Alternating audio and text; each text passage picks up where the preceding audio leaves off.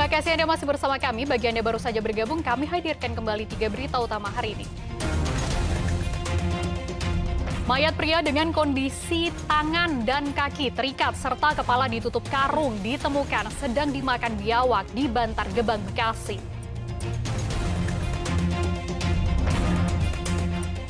Diduga terlibat korupsi kredit fiktif, pegawai BRI dan pihak luar ditetapkan sebagai tersangka dan langsung ditahan.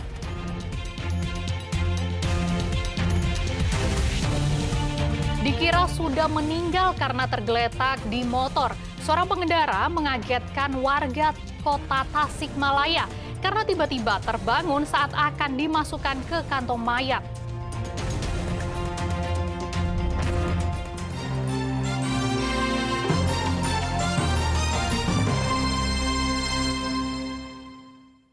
Sesosok mayat laki-laki ditemukan warga sedang dimakan oleh biawak di saluran air belakang tempat pengolahan sampah terpadu Bantar Gebang, Kota Bekasi.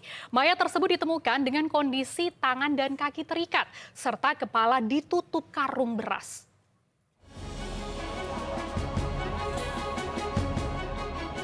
Warga dan tim SAR gabungan berupaya mengangkat jasad korban dari saluran air yang letaknya di belakang TPST Bantar Gebang, Ciketing Udik, Kota Bekasi. Sesosok mayat ini ditemukan warga dalam kondisi tangan dan kaki terikat, serta kepala korban ditutup dengan karung beras. Polisi datang ke lokasi untuk meminta keterangan saksi. Belakangan diketahui korban bernama Waryanto, warga Gunung Kidul, Kabupaten Blora, Jawa Tengah, yang bekerja sebagai petugas kebersihan di TPST Bantar Gebang selama 10 tahun. Diduga Waryanto merupakan korban pembunuhan. Hasil yang bisa kami sampaikan, kita mengumpulkan keterangan saksi. Dari hasilnya bahwa saksi menyampaikan dia melihat tumpukan kain sedang dimakan biawak. Kemudian dideketin ke tumpukan kain tersebut, ternyata jenazah seorang laki-laki. Kemudian kita melakukan koordinasi dengan pihak TPST untuk mengangkat jenazah tersebut. Jadi jenazah ditemukan kondisi kaki terikat, tangan terikat ke belakang, kemudian kepala terbungkus karung beras. Tim gabungan dari Polda Metro Jaya, Polres Metro Bekasi Kota, dan Polsek Bantar Gebang mendatangi kontrakan korban di Jalan Mangga, Ciketing Udik, Kota Bekasi untuk menyelidiki kasus tersebut. Dari hasil pemeriksaan di TKP, polisi belum menemukan bukti untuk membuat kasus ini terang benderang. Melaksanakan pengecekan ke rumah korban, yang mana perlu kami lakukan ini untuk dalam rangka kepentingan penyelidikan. Namun terkait dengan barang bukti yang terkait dengan tindak pidana ini juga kami belum temukan. Sampai saat ini tim gabungan masih bekerja untuk melakukan interogasi saksi-saksi yang ada di sekitar kontrakan korban. Ini ada beberapa kontrakan yang mana hari ini kami akan lakukan interogasi. Sejauh ini polisi telah meminta keterangan 11 orang saksi termasuk rekan korban yang bekerja di TPST Bantar Gebang. Awang Darmawan melaporkan dari Kota Bekasi. Memanfaatkan kondisi masjid sepi siang hari, seorang pencuri spesialis kotak amal yang sudah malam melintang beraksi di sejumlah masjid di Kabupaten Tasikmalaya. Pelaku dibekuk setelah terakhir kedapatan membobol kotak amal di masjid di daerah Lewisari. Sepak terjang pencuri spesialis kotak amal masjid berakhir di Masjid Al-Islah di Desa Sukaharja, Kecamatan Lewisari, Kabupaten Tasikmalaya. Ia ditangkap jajaran Polsek Lewisari karena kedapatan membobol kotak amal masjid. Modus pelaku dengan pura-pura mengikuti salat di siang hari. Saat suasana masjid mulai sepi, ia langsung membobol kotak amal dan mengambil isinya. Aksi pelaku bukan kali pertama. Ia telah malang melintang membobol kotak amal di sejumlah masjid. Dari satu kotak amal, pelaku bisa membawa kabur uang berkisar antara Rp50.000 hingga Rp400.000. Yang bersangkutan patut disangka telah melakukan perbuatan tersebut, pencurian kotak amal di masjid. Jadi setelah diamankan ke Polsek Wisari, kemudian kita lakukan pemeriksaan lebih mendalam.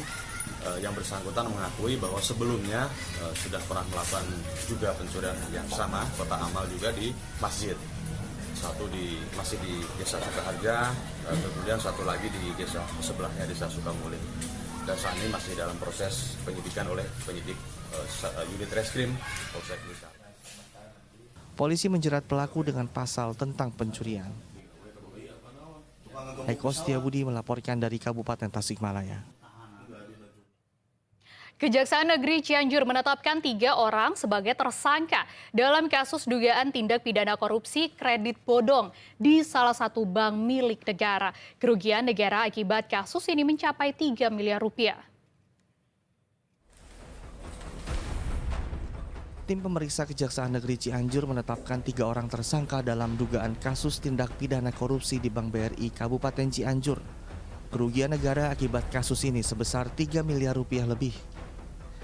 Penetapan 3 tersangka berdasarkan dari serangkaian proses pemeriksaan tersangka, saksi-saksi dan alat bukti. 2 dari 3 tersangka yaitu AAR dan AP merupakan pegawai internal Bank BRI. Sedang 1 tersangka yaitu ZN merupakan orang luar yang membantu mencari dokumen nasabah. Untuk mempermudah pencairan uang, ketiga tersangka memanipulasi data nasabah bank yang dilakukan sejak tahun 2020. Kerugiannya 2, karena ini ada 2 wilayah.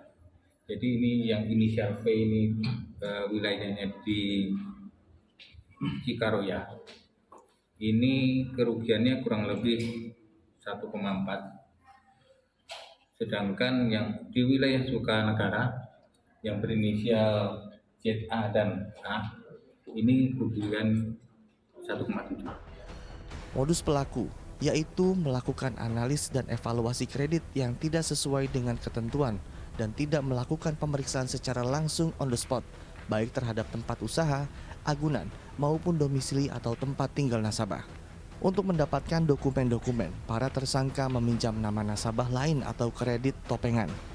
Sementara nasabah yang dipinjam datanya akan diberikan imbalan oleh tersangka sesuai dengan nilai yang dijanjikan oleh para tersangka. Ketiga tersangka langsung ditahan. Mereka dijerat pasal berlapis Undang-Undang tentang Pemberantasan Tindak Pidana Korupsi dengan ancaman kurungan penjara maksimal seumur hidup. Rendra Gozali melaporkan dari Cianjur.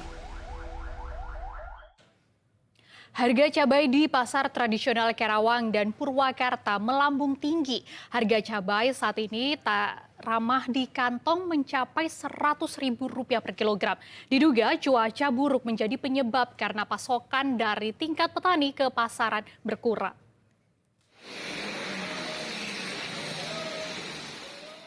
Harga cabai di Pasar Baru Karawang tidak main-main alias mahal.